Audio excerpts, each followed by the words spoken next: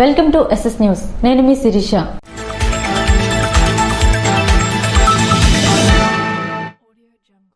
నెల్లిమర్ల నియోజకవర్గం ఎమ్మెల్యే లోకం మాదివి ఆధ్వర్యంలో పలువురు జనసేన పార్టీలో చేరారు. సోమవారం నెల్లిమర్ల నియోజకవర్గం ఎమ్మెల్యే లోకం మాధవిని కలిసి శుభాకాంక్షలు తెలియజేసి మాధవి ఆధ్వర్యంలో పూసపాట్రేగ రణస్థలం మండల అధ్యక్షులు శివ మరియు గోవిందరెడ్డి, శ్రీకాకుళం జిల్లా జనసేన పార్టీ కార్యదర్శి వడ్డాది శ్రీనివాసరావు మరియు తెలుగుదేశం పార్టీ నాయకులు లక్ష్మణరావు, పైడిభీమవరం జనసేన పార్టీ నాయకులు కార్యకర్తల ఆధ్వర్యంలో పైడిభీమవరం వైస్ సర్పంచ్ అల్లంపల్లి భాష తనయుడు నాని మరియు పైడిభీమవరం కాలనీకి చెందిన వైకుంఠం జనసేన పార్టీలో చేరారు. 418 రోజులుగా గొండు శంకర్ ఆధ్వర్యంలో కొనసాగుతున్న అన్నా క్యాంటీన్ ప్రజల ఆదరాభిమానాలను సొంతం చేసుకుంది. ఎదుటి మనిషికి సాయం చెయ్యాలంటే ఆలోచించే రోజులివి. అటువంటిది అన్నార్తుల ఆకలి తీర్చడమే లక్ష్యంగా ఎటువంటి ప్రతిఫలాపేక్ష లేకుండా ప్రారంభించిన కార్యక్రమం నిర్విఘ్నంగా కొనసాగుతుంది. సత్సంకల్పంతో ప్రారంభించిన నారాయణ సేవ నిత్యం ఎంతో మంది ఆకలిని తీరుస్తోంది. తెలుగుదేశం పార్టీ అధినేత నారా చంద్రబాబు మానస పుత్రిక వంటి అన్నా క్యాంటీన్ మూతపడ్డంతో ఆ మహత్తర కార్యక్రమాన్ని తన భుజస్కంధాలపై వేసుకున్నారు గొండు శంకర్. నాటికి పార్టీ అధికారంలో లేకపోయినా, అప్పటికి ఎమ్మెల్యే కాకపోయినా తన సొంత ఖర్చులతో పేదవాడికి మంచి భోజనం పెట్టాలని భావించిన గొండు శంకర్ ప్రతిరోజు ప్రత్యేకంగా వంటలు చేయించి నగరంలోని 7 రోడ్ల కూడలి, పాత బస్టాండ్ ప్రాంతంలో అన్నార్తులకు రుచికరమైన భోజనాలు అందించడాన్ని ప్రారంభించారు. ఇలా 418 రోజులుగా కొనసాగుతున్న అన్నా క్యాంటీన్ తో గొండు శంకర్ ప్రజల ఆదరాభిమానాలను పొందారు. ఒక విధంగా ఎన్నికల్లో ఆయన భారీ మెజారిటీకి అన్నా క్యాంటీన్ కూడా దోహదపడుతుందని పలువురు పేర్కొంటున్నారు. గొండు శంకర్ సేవా నిరతిని వేనోళ్ల కొనియాడుతున్నారు. అరబింద ఫార్మా ఫౌండేషన్ వారు వైద్య ఖర్చుల నిమిత్తం కోనేటి జస్వంత్ కు ఆర్థిక సహాయం అందించారు. శ్రీకాకుళం జిల్లా రణస్థలం మండలం పైడిభీమవరం పంచాయతీకి చెందిన కోనేటి జశ్వంత్ కొన్ని రోజుల ముందు స్కూటర్ పై వెనకాల కూర్చుని వెళుతుండగా ఎదురుగా వేగంగా వస్తున్న ఇంకొక స్కూటర్ ఢీకొట్టడంతో మెదడుకు గాయం కావటం వల్ల పెద్ద ఆపరేషన్ చేయాల్సి వచ్చింది. ఇందుకుగాను కొన్ని లక్షల రూపాయల వరకు ఖర్చయింది. మరియు అదే ప్రాంతానికి చెందిన లొడగల రాధా అనే మహిళ రహదారి దాటి వెళుతుండగా ఎదురుగా వేగంగా వస్తున్న స్కూటర్ ఢీకొట్టడంతో ఆమె ఎడమ చెయ్యి మరియు పక్కటెముకలు ఫ్రాక్చర్ కావడంతో జీవనోపాధి కోల్పోవలసి వచ్చింది. ఈ 2 సంఘటనల్లో బాధితులు నిరుపేదవారు కావటం వల్ల ఆర్థికంగా ఇబ్బందులు పడుతున్నారు అని అరవిందో ఫార్మా ఫౌండేషన్ వారి దృష్టికి రావడంతో మేనేజ్మెంట్ డైరెక్టర్స్ అయిన నిత్యానందరెడ్డి మరియు శరత్ చంద్రారెడ్డి వెంటనే స్పందించి రాబోవు వైద్య చికిత్స కోసం సామాజిక బాధ్యతలో భాగంగా కోనేటి జశ్వంత్ కు 2 లక్షల రూపాయలు మరియు లొడగల రాధాకు 1 లక్ష రూపాయలు చెక్కుని అరవిందో ఫార్మా ఫౌండేషన్ ప్రతినిధులు బాధితులకు అందజేశారు. ఈ కార్యక్రమంలో అరవిందో హెచ్ఆర్ మేనేజర్ కమలాకర్ రెడ్డి, మాజీ సర్పంచ్ లంకలపల్లి ప్రసాద్ తదితరులు పాల్గొన్నారు. బాలయ్యకు జన్మదిన శుభాకాంక్షలు తెలిపిన ఎమ్మెల్యే బుగ్గు రమణమూర్తి. సోమవారం హిందూపురం శాసనసభ్యులు బసవతారకం హాస్పిటల్ చైర్మన్ నటసింహం నందమూరి బాలకృష్ణ జన్మదినం సందర్భంగా నరసనపేట టీడీపీ పార్టీ కార్యాలయంలో ఎమ్మెల్యే బగ్గు రమణమూర్తి ఆధ్వర్యంలో ఆయన జన్మదిన వేడుకలు నిర్వహించారు. ముందుగా పార్టీ వ్యవస్థాపక అధ్యక్షులు నందమూరి తారక రామారావు, మాజీ కేంద్ర మంత్రి స్వర్గీయ కింజరాపు ఎర్రన్నాయుడు విగ్రహాలకు పూలమాలలు వేసి నివాళులర్పించి అనంతరం కేక్ కట్ చేసి నందమూరి బాలకృష్ణకు జన్మదిన శుభాకాంక్షలు తెలియజేశారు.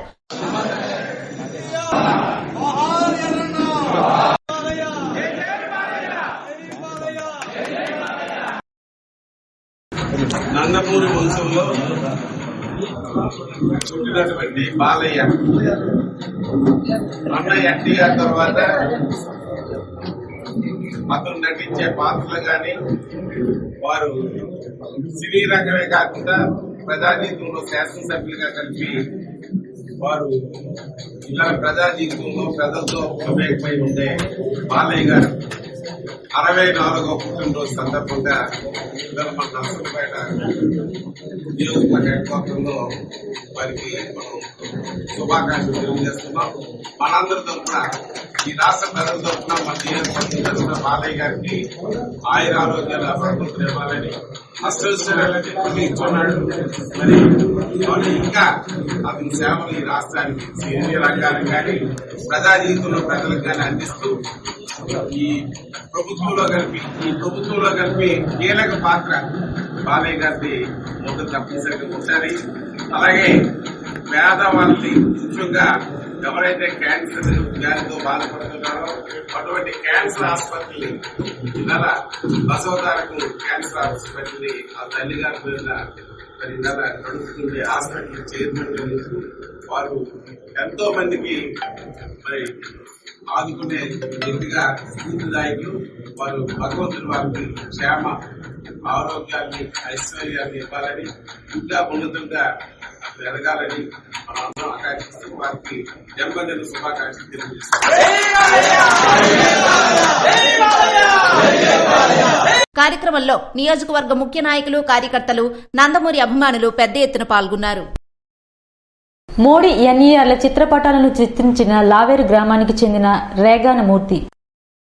శ్రీకాకుళం జిల్లా లావేరు మండలం లావేరు గ్రామానికి చెందిన కళాకారుడు రేగాన మూర్తి 3వసారి ప్రధానమంత్రిగా బాధ్యతలు చేపట్టిన మోడీకి మొదటిసారి ఎచ్చెర్ల ఎమ్మెల్యేగా బాధ్యతలు స్వీకరించిన ఎన్ఈఆర్ కు శుభాకాంక్షలు తెలియజేశారు.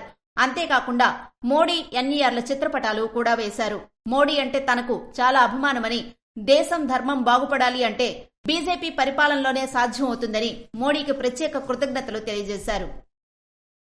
కాబోయే జిల్లా మంత్రులు బూర్జా మండల ఆయకట్టు రైతులకు జరుగుతున్న అన్యాయం గురించి ఆలోచించి ఆదుకోవాలని చేపర వెంకటరమణ విజ్ఞప్తి చేశారు. శ్రీకాకుళం జిల్లా బూర్జ మండలం ఓనిగడ్డ ఆయకట్టు సుమారు 8,500 ఎకరాలు మరియు నాగావళి నదిపై ఉన్న ఓపెన్ హెడ్ ఛానల్ ఆయకట్టు 8,000. రానున్న కాలంలో తగినంత నీరు లేక వర్షాధారంపై సాగు జరుగుతుందని రైతులు తీవ్ర ఆందోళనతో ఉన్నారు.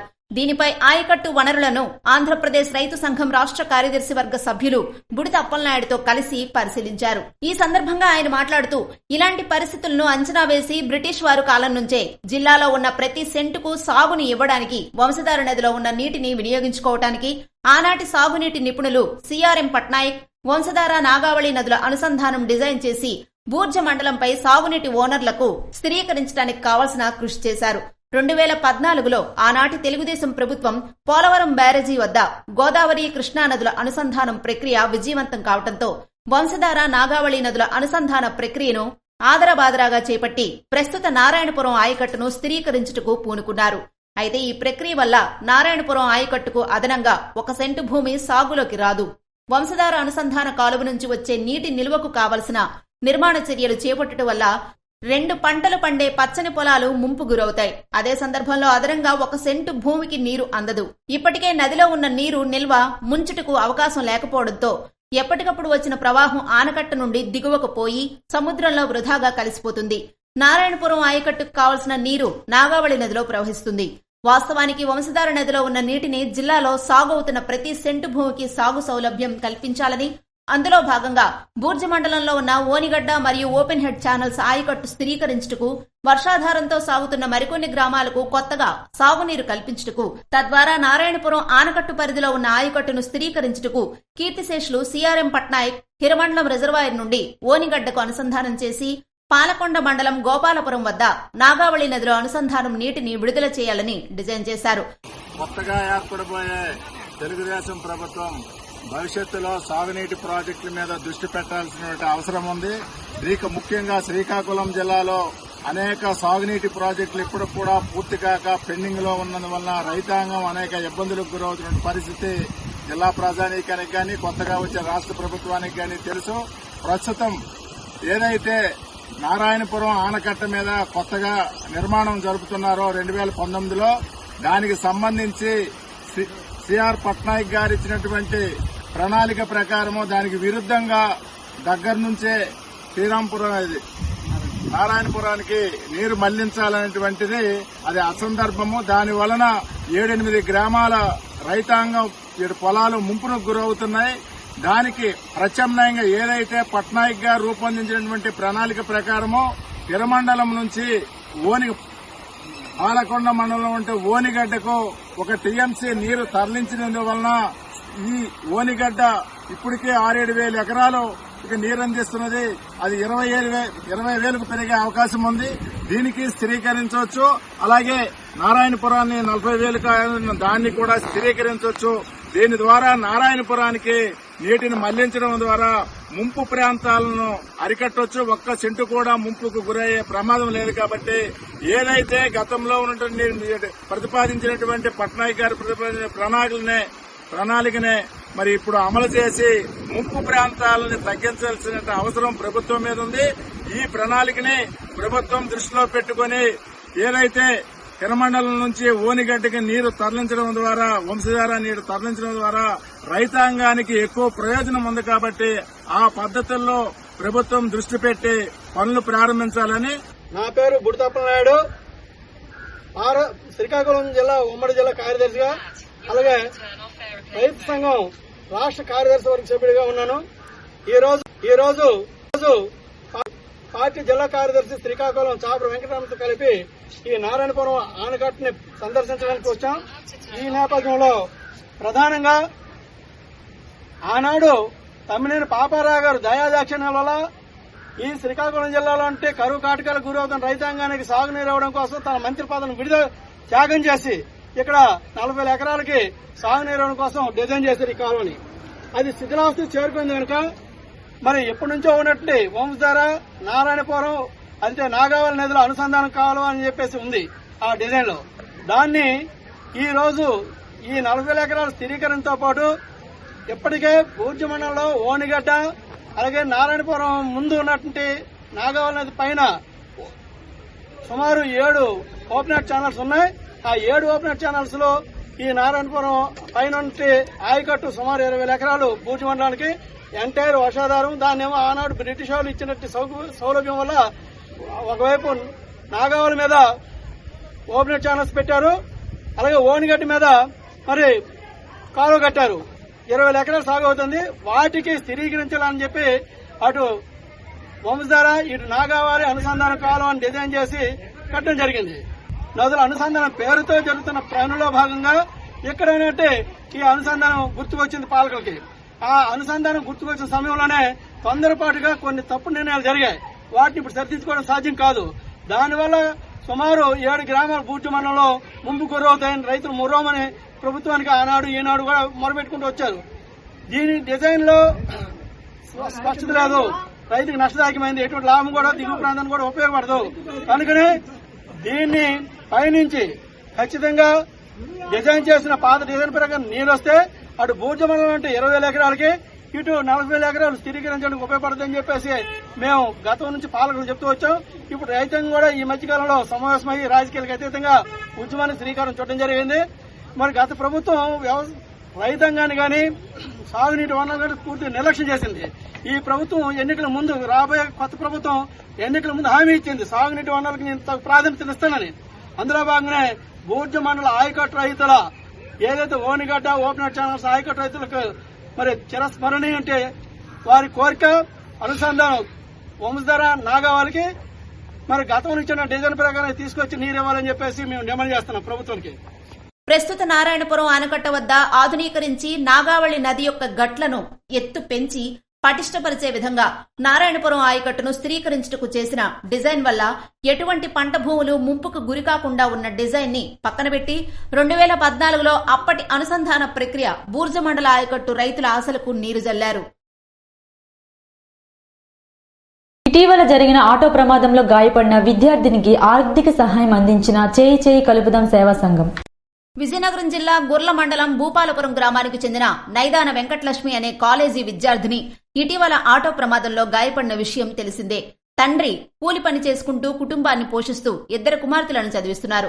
గత నెల 26న ఆటో బోల్తా పడిన ప్రమాదంలో ముఖమంతా చిందరవందర కావడంతో ఆ అమ్మాయి ప్రస్తుతం విజయనగరం కష్వి వైద్యశాలలో చికిత్స పొందుతోంది. వీరి కుటుంబ ఆర్థిక పరిస్థితి తెలుసుకున్న శ్రీకాకుళం చేయి చేయి కలుపుదాం సేవా సంఘం సభ్యులు తమ బాధ్యతగా 25,000 రూపాయల ఆర్థిక సహాయాన్ని సోమవారం బాధిత కుటుంబ సభ్యులకు అందించారు. అనంతరం సంస్థ అధ్యక్షులు సీపాన సంతోష్, జనరల్ సెక్రటరీ బొబ్బిలిపల్లి వినోద్ కుమార్లు మాట్లాడుతూ అమ్మాయికి ఇంకా 2 సర్జరీలు అవసరం పడతాయని, ఆర్థికంగా తల్లిదండ్రులు పెట్టుకోలేని పరిస్థితిలో ఉండడం వల్ల దాతల సహాయం కోరారని తెలిపారు. దాతలు వీరి కుటుంబాన్ని ఆదుకోవాలని ఈ రోజు సహకరించిన చేయి చేయి కలుపుదాం సేవా సంఘం సభ్యులకు కృతజ్ఞతలు తెలిపారు. అందరికీ నమస్కారం అండి.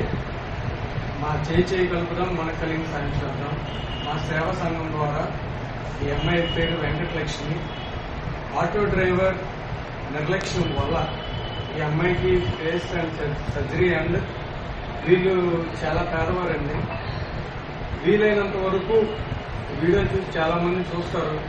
వీలైనంత వరకు వీళ్ళకి ఏమీ లేదు, కూలి పనికి వెళ్తే తప్ప రెక్కాడితే కానీ తొక్కాలి గొట్టులు అలాంటిది. ఈ అమ్మాయికి ఆటో డ్రైవర్ నిర్లక్ష్యం వల్ల చాలా పెద్ద దెబ్బ తగిలింది. ఆల్రెడీ నైట్ ఒక సర్జరీ అయింది, ఇంకా 2 ఎన్నో సర్జరీస్ కూడా ఉన్నాయి. 2 కంప్లీట్ ఆల్రెడీ ఇంకొక 2 సర్జరీస్ వరకు ఉంది. మీలో ఇలాంటి వాళ్ళకి సహాయం చేయడం చాలా అవసరం. మనలాంటి వాళ్ళు అందరం కూడా స్పందించడం కూడా చాలా అవసరం. ఎందుకంటే చిన్నపిల్లండి, 18 ఇయర్స్ కూడా కాదు అమ్మాయికి. అలాంటి అమ్మాయికి చాలా పెద్ద కష్టం ఆ కుటుంబానికి. మాకు తెలిసి మా సేవా సంఘానికి తెలిసి మేము కొంతవరకు ఒక 25,000 వరకు ఇవ్వడం జరిగింది. మిగతా వాళ్ళు కూడా ఈ వీడియో చూసి స్పందించి వీళ్ళ అడ్రస్ ఎక్కడా కాదండి, Vizianagaram Kavyasri hospital, hospital, ice factory, Vizianagaram. కొంచెం ఎవరైనా మా వీడియో చూసి స్పందించి కొంచెం వచ్చి ఈ పేదవాళ్ళకి మాత్రం మీరు వెంటనే స్పందించాలి. ఎందుకంటే ఎంతో మందికి మనం చేస్తాం, కానీ అంత అమ్మాయికి మనం సాయం చేస్తే గ్యారంటీగా దాని ప్రతిఫలం కూడా మనకు ఉంటుంది. Thank you. చేయగలుగుతాం, మనకు కలిగిన సాయం చేద్దాం. కార్యక్రమంలో జనరల్ సెక్రటరీ బొబ్బిలిపల్లి వినోద్ కుమార్, రమణ, సతీష్, బాల, సాయి తదితరులు పాల్గొన్నారు. జాతీయ స్థాయి ఉత్తమ ఉపాధ్యాయ పురస్కార గ్రహీత కొదమ తిరుమలరావుకు శిష్టకరణ ఉపాధ్యాయుల సంఘం సత్కరించింది. విజయనగరం జిల్లా శిష్టకరణ ప్రభుత్వ ఉద్యోగుల సంక్షేమ సంఘం స్థాపించి 12 సంవత్సరాలైన సందర్భంగా పుష్కర ఉత్సవాన్ని నిర్వహించారు. విజయనగరం జిల్లా పరిషత్ కార్యాలయ సమావేశ మందిరంలో నిర్వహించిన ఈ కార్యక్రమానికి హాజరైన కొదమ తిరుమలరావు సత్కారం పొందారు.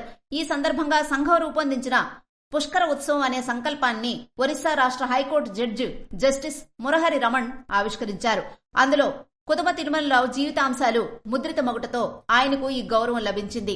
ఈ పుష్కర ఉత్సవం సంకల్పాన్ని శిష్టకరణ సంఘ నేత కంటి మహంతి అనూషా పట్నాయక్ చేతుల మీదుగా బహుకరిస్తూ తిరుమలరావును సత్కరించారు. ఈ సందర్భంగా తిరుమలరావు మాట్లాడుతూ తన జీవితాంశాలు ముద్రితమై ఉన్న ఈ పుష్కర ఉత్సవం సంకలనాన్ని Orissa high court judge justice Murahari Raman ఆవిష్కరణతో పాటు వారి పుట్టినరోజు వేడుకలను కూడా ఇదే వేదికపై నిర్వహించడం మిక్కిలి సంతృప్తినిచ్చిందని అన్నారు. అంతేగాక విజయనగరం జిల్లా కోర్టు సెంట్రల్ నాజర్ సీనియర్ సూపరింటెండెంట్ గా పనిచేసి పదవి విరమణ గావించిన పట్నాయక్ ని రామచంద్రరావు అభినందన సభ కూడా ఇదే వేదిక కావడం తనకెంతో ఆనందాన్నిచ్చిందన్నారు. తన సొంతూరు విజయనగరం, జిల్లా కుదమ, గ్రామం పార్వతీపురం, మన్యం జిల్లాగా మారిన తాను నివసిస్తున్న రాజాం ఈ విజయనగరం జిల్లాలో చేరడంతో విజయనగరం జిల్లాతో పవిత్రమైన అనుబంధం కొనసాగిందని కొదమ తిరుమలరావు అన్నారు. శ్రీ సూర్యనారాయణ స్వామివారి దేవస్థానంలో హుండీ లెక్కింపు కార్యక్రమం నిర్వహించారు.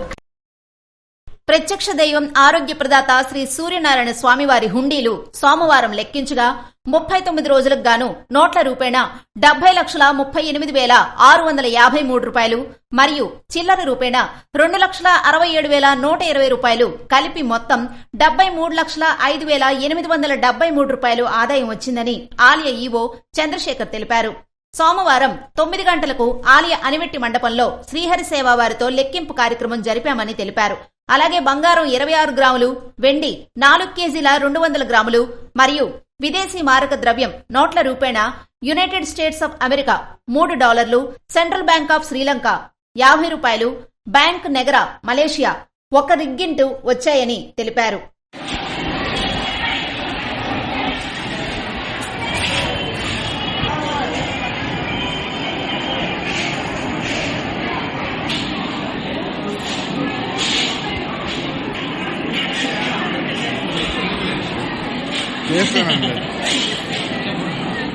కార్యక్రమంలో విజయనగరం జిల్లా శ్రీరామస్వామి దేవాలయం, రామతీర్థం దేవాదాయ ధర్మాదాయ శాఖ అధికారి శ్రీనివాసరావు, ఆలయ అనువంశిక ధర్మకర్త ఇప్పిలి జోగి సన్యాసరావు, ఆలయ ప్రధాన అర్చకులు ఇప్పిలి శంకర శర్మ పర్యవేక్షించారు.